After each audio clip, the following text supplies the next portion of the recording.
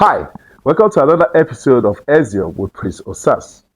This is season 2, episode 2. Our topic today on episode 2 is soft life versus responsibility. Can love survive financial pressure? Let's grow.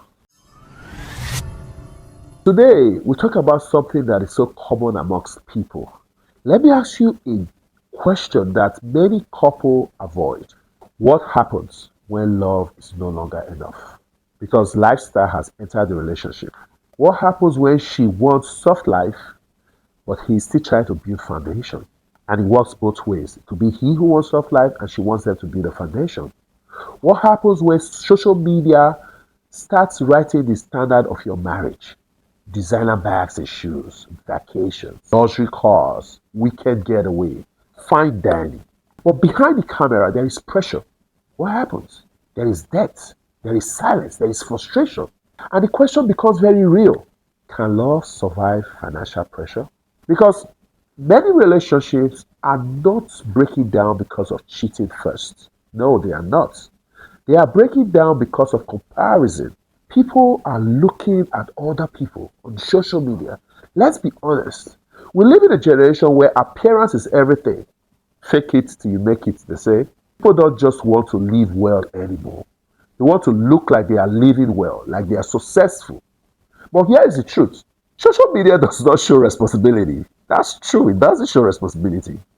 It shows highlights. That's what it shows. It does not show rent pressure. It does not show business stress. It does not show debt negotiation and renegotiation. No, it does not show emotional breakdown. It does not show salaries that have not been paid to gate men and to domestic staff. It only shows soft life. And when couples start comparing their reality with someone else's highlights, pressure enters. And the man feels he's not enough. And guess what? The woman equally feels she's settling. It works both ways. Now, expectation rises faster than income. And slowly, gratitude disappears out of the doors, through the windows. Because gratitude is replaced by pressure. And pressure without communication brings resentment. This is where many relationships start to break. They start breaking the pressure. Not because there is no more love, but because there is no more alignment. Love without direction becomes frustration. And frustration without wisdom becomes destruction.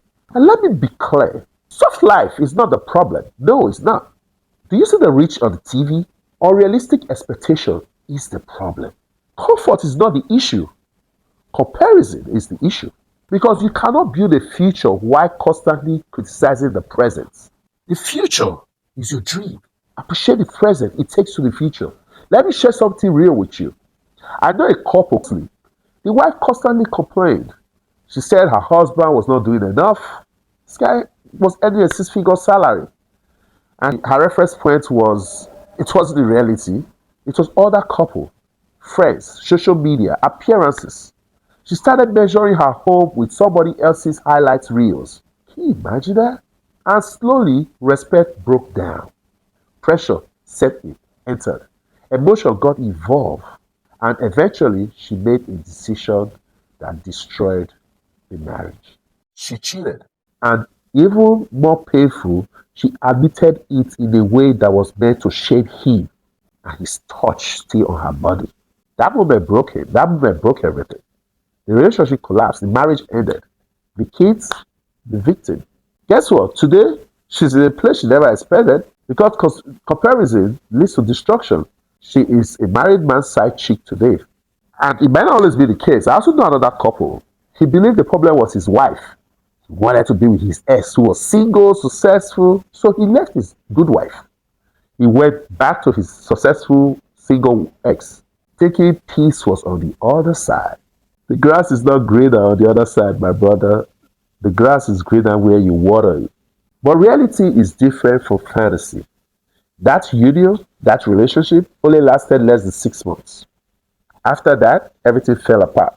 And in the end, he didn't just lose the little piece he had, he lost his property, stability, his direction, became emotionally dysfunctional. Man, the loss is expensive. You lose your children. Now, let me bring this closer to real life. As a husband, as a father, as a professional, As a business owner, as a disciple, I understand pressure. I understand expectation. I understand the weight of responsibility. And also, I understand something very important. What looks like soft life on the outside is often structured discipline on the inside. Sacrifice of two serious minded people. People don't see the process, they see the outcome. You never ask a married woman how many times she was slept before she got pregnant. Marriage is not built on process, on appearances, it's built on process. You cannot lose your marriage and lose your foundation at the same time. It's not worth it. Let's grind this in some wisdom. Ecclesiastes 4:6. Better one hand with tranquility than two with toil. This teaches us that peace is more valuable, more important than pressure driven comparison.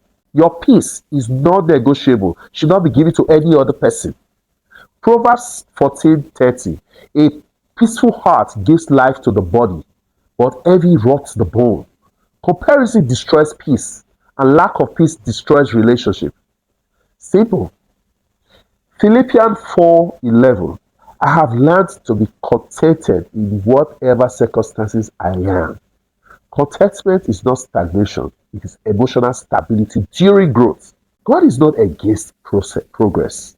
He's not against process. He is against destructive pressure. Now, let's bring this down to real time people. So, my young people out here listening, do not build your relationship on Instagram expectation. There is nothing to offer there. Build it on communication, build it on patience, build it on shared vision. So, my entrepreneurs out here, your partner is not your competitor. Your journey is not a race against others.